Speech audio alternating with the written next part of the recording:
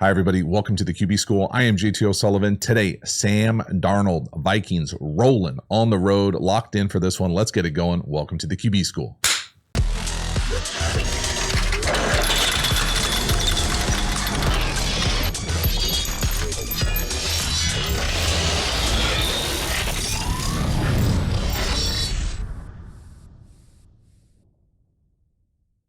Before we dive into the video, a quick reminder about the Quarterback School Patreon community. This group is the foundation, the bedrock of the channel. Not only is it a great, inexpensive way to support the channel, but you get even more Quarterback School content. So hop over there, join, become a member. I appreciate your support. As for this video, let's get into it. Sam Darnold, the Vikings are rolling versus some sort of team from New York. Bottom of the screen, trying to get Jefferson on the out. No. Yes to the flag, back pylon, underthrown, catch a gust, give your guy a chance, penalty, bail out. Love it. Being aggressive down the field. You can see him want to go to 18 here on the speed out. Good decision, no. Finds the one-on-one. Can't quite get through the throw. It's a nice job coming back, trying to fight through the defender for the flag. So again, post shift here, you can see how this thing sorts out as far as where the one-on-one is, what the actual concept is. If we're trying, it's 3rd and 8, come up here, throw this speed out, not there, right? Essentially doubled. We're then going to run what I'm used to calling a back pylon or a flag. It's just a deeper corner, and you essentially find the one-on-one. So that's the one-on-one. Now, again, sure, you'd love to throw an Anthony Richardson bomb right down his line, but that's just not in the Darnold bag here early on. Still a good decision. No. Yes. Again, can't quite get through the throw with the internal pressure. Probably why the ball ends up short more than my jokes about the wind or the club. But again, I just love the decisiveness. I love the aggressiveness down the field. My own interest in this was just watching to see if there would be some sort of like Purdy learning that goes on for Darnold, where he can just see how decisive Purdy plays with, and see if he can translate that to some of his game. And I think this is an early indication. Let your guys eat. Next one here, beautiful seam route to the tight end. The nub down here, he's going to be the new number 2 after the motion. Pretty old school way to get to all go. So this is just the Quarterback School logo, 2x2, 4 verts. Versus Tampa, you're going to go away from the Mike linebacker. He's going to usually open to the number 3 or to the field. And that's as open as you'll see in the red zone. So nice design here from Kevin and company. When I'm saying 21 personnel, 2 backs, 1 tight end. So here comes the fullback type moving across. The bones, we end up getting to 4 verticals. Here are the seams, and then the goes on the outside. Okay, when you catch middle field open, so cover 2 versus quarter, different than quarters, and then the middle linebacker. So there's 3 linebacker types. The middle of the 3 linebacker types, he is often going to open to either the number 3 eligible or to the field, both of which are going to go this way. So as soon as he opens that way, that's going to green light this backside seam. So excellent construction, nice offensive architecture, simple old school design, weak eye slot, move the fullback, creative way to get to 4 verticals, take advantage of what that Mike linebacker, watch him open to the field, and we got it. Beautiful job.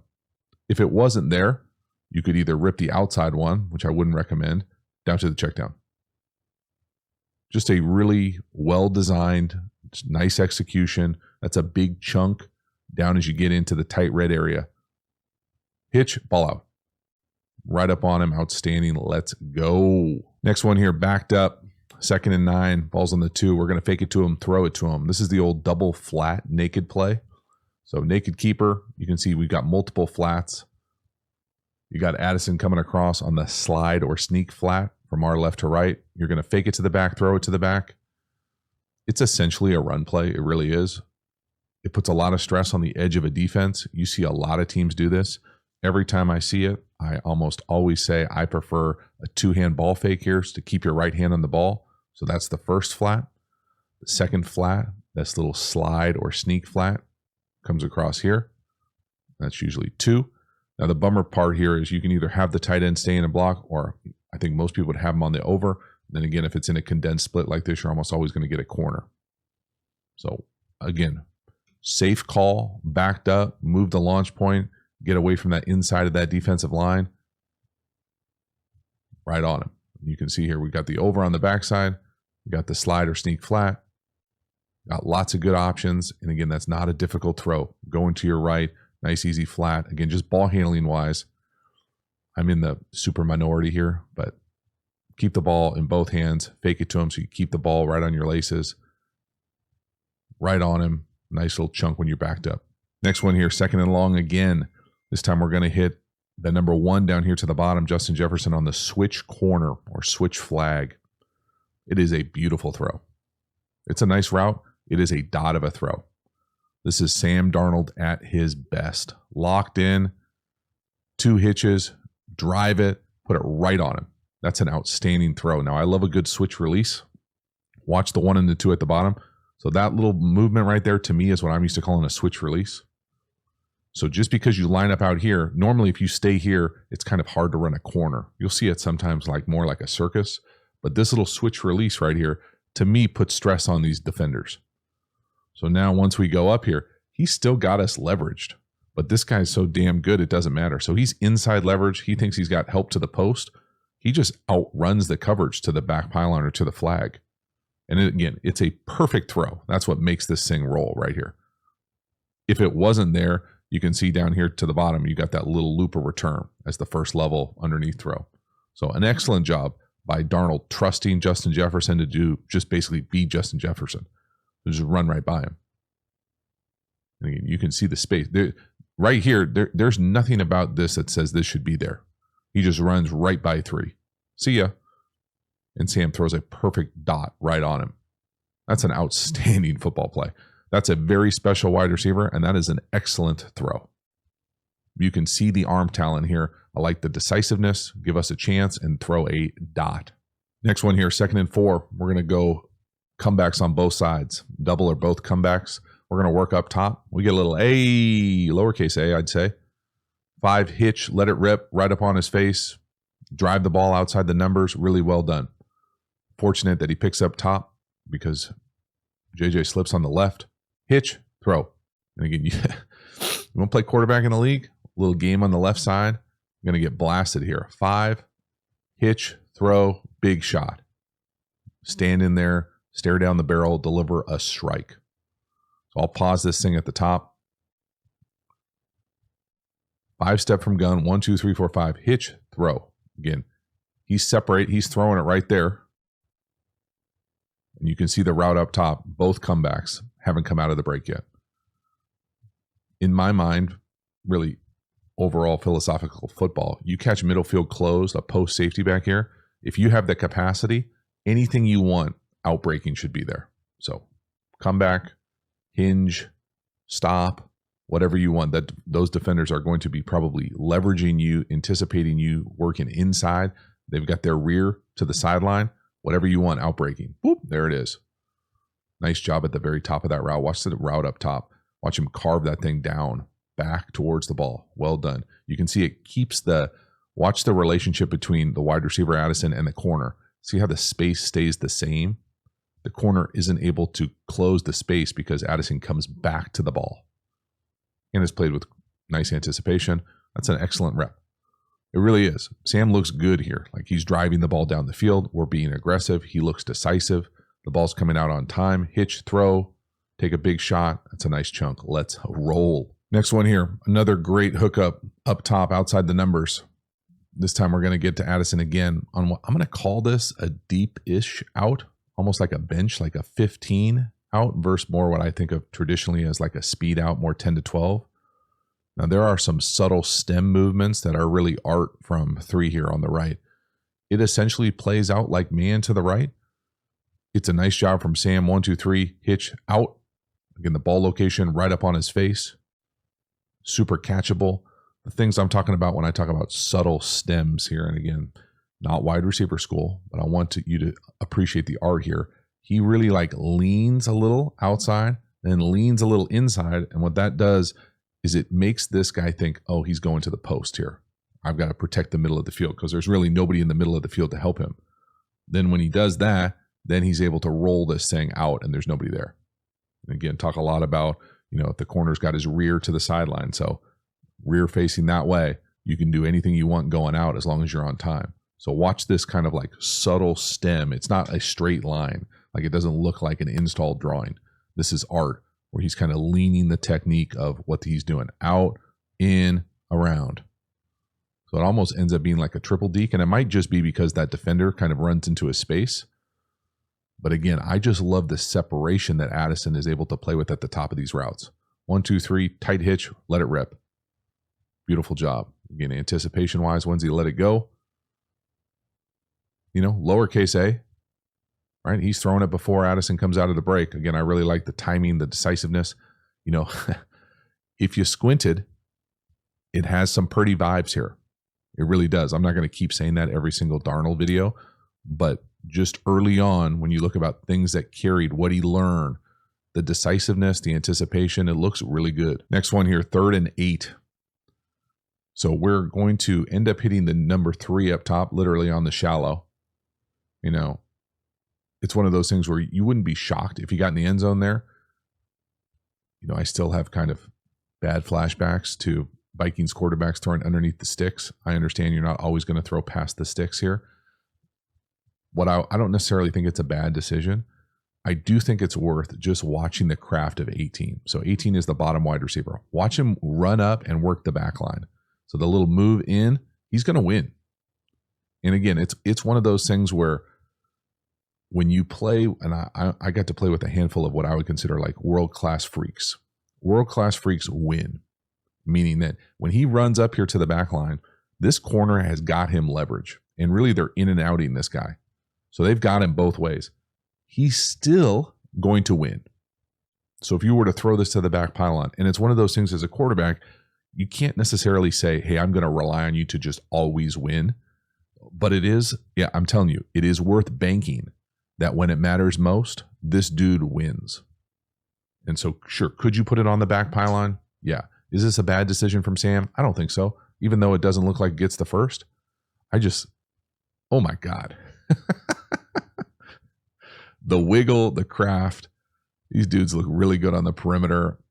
I'm having fun watching this film. And you can see that even when you catch winners like this, like running across on the shallow, I think it really is beneficial to the quarterback when you can see other guys winning down the field. So if he were to throw that to the back pylon, you can see Jefferson coming out of that thing. Like that's going to be a touchdown. So we got multiple options. So the very next play, 4th and 2, got Justin Jefferson down here at the bottom. Quick slant, 1 step, go. Almost dart-ish. Not almost, that is a dart.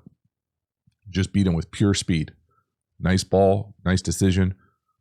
You know, tough defensively to leave anybody versus that guy one-on-one, in my opinion.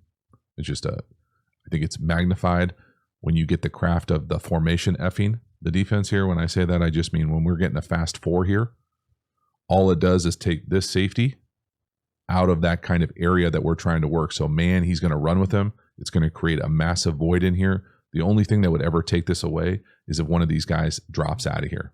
And if he drops out of here, then you just got to kind of wait for him to clear this once you make the decision to do that. So there's no real great option here once you decide to man this thing up and they fast for you to the field.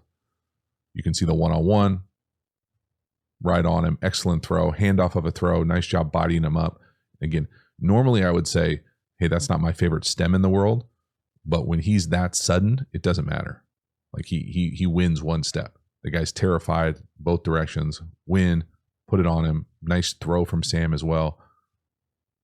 It's just not fair on 4th and 2 to leave somebody one-on-one with that guy. Again, just look at the craft of Darnold's drop here. Moving away. Lined up, all his cleats in the ground. Perfect throw. I mean, a handoff of a throw. That's not bad coverage. The hand actually goes before the ball, which is pretty rare.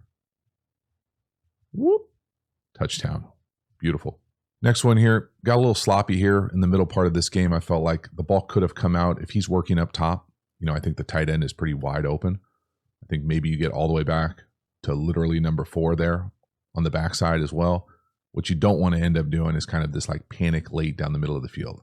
So right, to me, it's there. Timing wise, it looks like he goes outside in. Justin Jefferson is on the outside. So no, Tight end, yes, 86. Boom, put it on him. See how he's playing it just a little fast.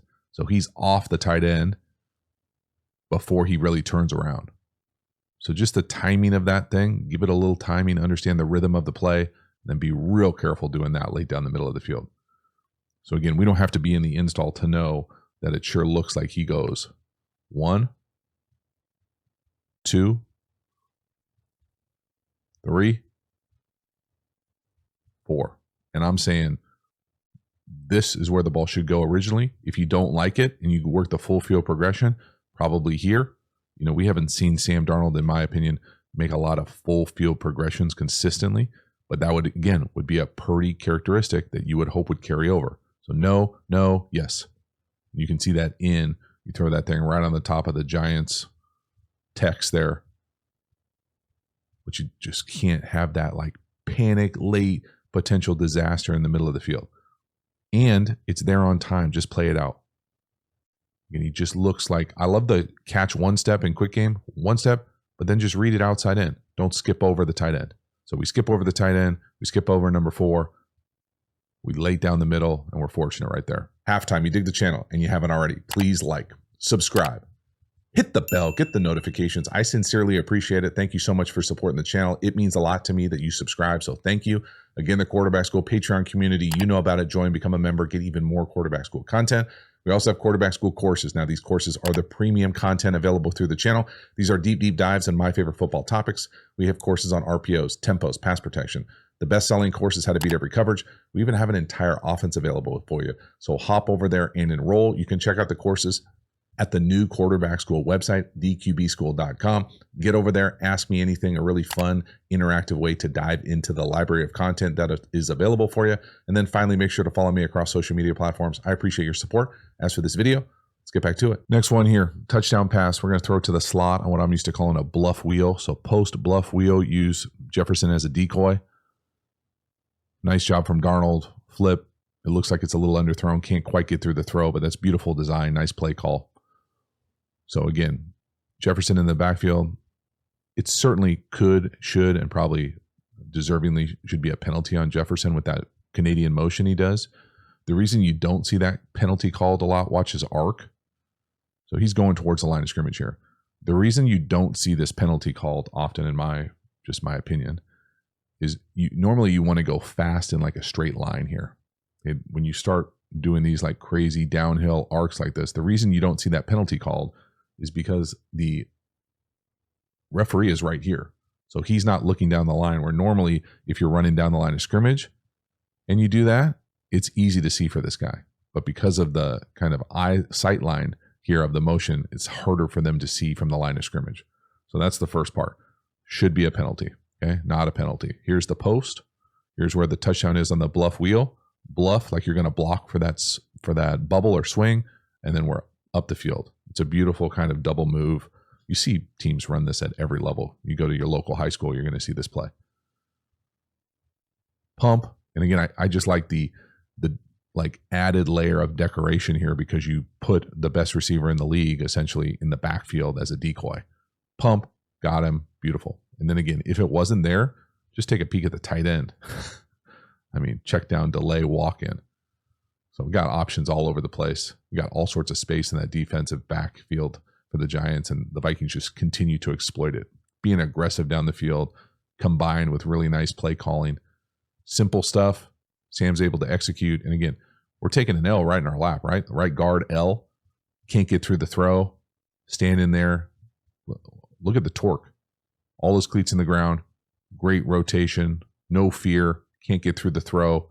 Touchdown. I mean, that's big time. Love it. Next one here, 3rd and 4. This could have been a nice little play. It's a sweet wrinkle down here to the bottom. So the number 2 at the bottom, soon to be number 3. Jefferson is going to get a pick for himself. Now, it probably should be called as a penalty. That's a pretty blatant pick, offensive rub. I still think it could be a little bit better with the tight end potentially picking the other guy, but you can see the bones of this design.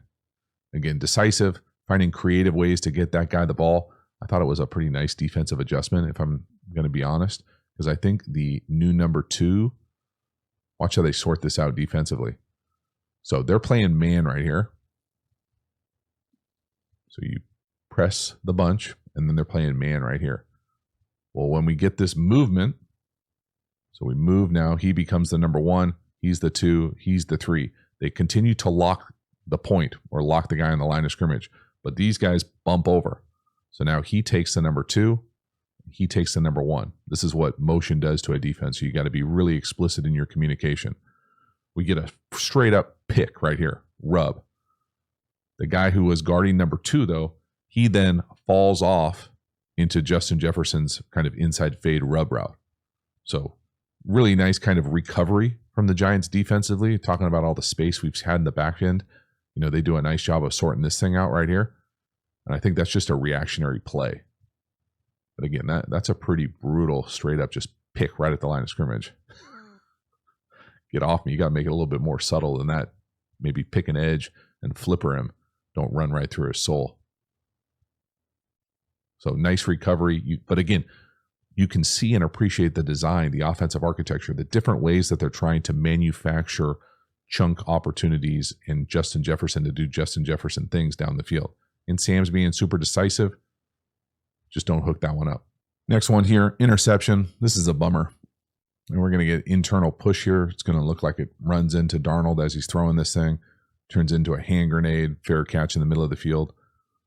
I will say, you know, the one thing I would say to 11, I think, is you just absolutely cannot let this ball get intercepted. You almost got to turn into like a Hail Mary defender and go block that thing down. You can't let that thing get caught. So right there, he's the only one that's got his eyes on it, 11. Instead of trying to catch it, you almost want to knock it down. If you can catch it, great. But if you can't catch it, they sure as hell can't catch it. It can't go through your damn hands, right? And I always feel like it's a little bit chaos in situations like this, because if you're playing wide receiver, you don't know, has that ball been tipped? You know, that looks like it hits his arm. If the ball's been tipped, there's no pass interference. It's on. I mean, it's one of those things where this should not be intercepted. We got to be a better football player out there and make sure that the defense doesn't get that thing, at least knock it down. You can see here, it's going to be there at the bottom of the screen. We got double move. Boop. You know, if he can get around that collision, got an opportunity for a massive play down the field. You talk about having a ridiculous day if they would have hooked up that double move. But again, staying aggressive. I think the score is 28-6 at this point. Still aggressive, chucking it down the field. Now, do we love 7-step drops from under gun? No. You know, this is more play action-y. But the center is in a tough bind right here. He's just getting walked back, getting not a lot of help from the back as well. And that does not feel good. Oh, baby. And a pick. Next one here, mesh railroad. This 3rd and 3. We're going to throw it to the back on the rail right out the backfield. So catch it, throw it. Old school bullets. Nice job. Again, make somebody miss. Turns into an easy first down. Now, I will say that I would say the number 1 on our right here could help us by getting a little bit more of a natural pick or rub. Normally, when the defender goes under the clear, so I think of these as like glorified picks. So usually over the ball, and this is usually part of the mesh going back the other way. Here's that rail.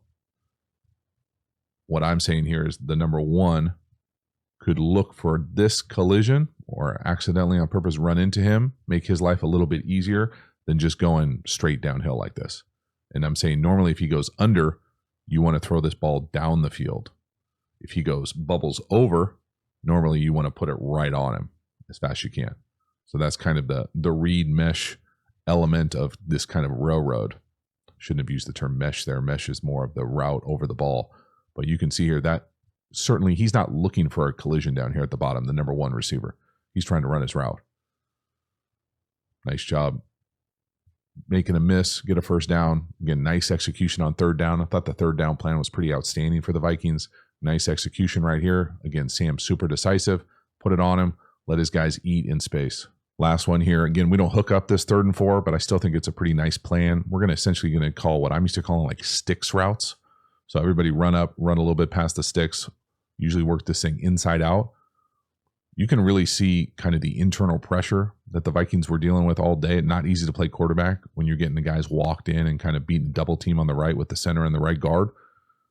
But I think Darnold makes the right decision here. Just throws a bit of a sinker. Again, a little bit more of a funky footwork because we're waiting.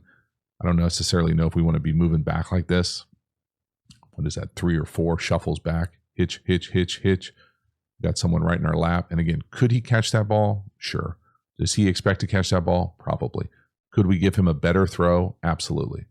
So again, when I'm talking about these sticks routes, if it's 3rd and 4, you run them to like 8 yards past the sticks here. I'm assuming this is supposed to be the same thing out there. And you just usually read that thing inside out or pick a side or, match up. There can be all sorts of different ways to look at this play.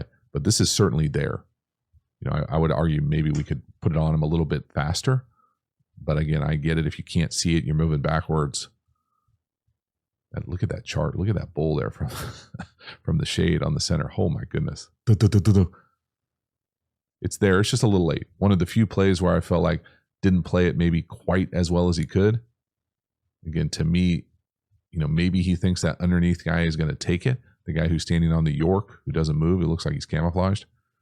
Maybe he thinks he could pick that ball off. If that's the case, I understand holding off on it. I also think that you could also catch it. It's probably a better ball than it is a drop, but still, I think you could get it out on time. It's there. The plan is outstanding. Got multiple winners. Again, this would be the only thing walking away from this game that you're just a little nervous about with Darnold is there were a few times where it looked like things got a little panicky, a little late. It didn't cost him a disaster in this game, but you could see how potentially, late over the middle, ball doesn't come out exactly as it should on time. We could potentially get in some issues. But overall, man, outstanding day. So that is a wrap. Sam Darnold, Vikings, nice win on the road week 1. Thought there were a lot of positives. Thought Sam looked super polished, decisive, accurate, looked like he was in command, knew exactly what to do with the ball. All really good things. Felt like the plan in general was really strong. There were a number of really nice opportunities, whether it was 3rd down, chunks, big plays down the sideline, pushing the ball outside the numbers, playing with anticipation, lots to be excited about. The only thing that maybe crept in there a few times was maybe being a little late down the middle of the field or for whatever reason, not quite getting through those full field reads, which is not easy to do. I get it. But just being able to trust it. And again, it's complicated when you're playing an internal pass rush like the Giants have that can cause such issues and feel like you got guys at your lap all game. So those things I understand. But overall, outstanding performance. Excited to see more. Thank you so much for hanging to the end. I will see you next time. Have a good one.